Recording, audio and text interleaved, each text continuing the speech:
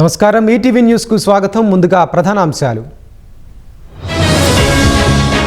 బ్రహ్మోస్తో శత్రువుకు నిద్రలేని రాత్రులు, స్వదేశీ సత్తా చాటామన్న ప్రధాని మోదీ.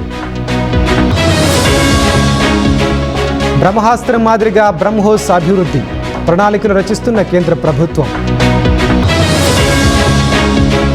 ఒకే షిఫ్ట్లో నీట్ పీజీ పరీక్ష పారదర్శకంగా నిర్వహించాలన్న సుప్రీం.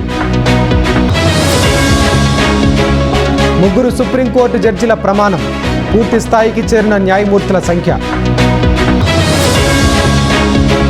ఒడిశా చీఫ్ ఇంజనీర్ ఇంటిలో నోట్ల కట్టలు, 2 కోట్లకు పైగా పట్టుకున్న ఏసీబీ.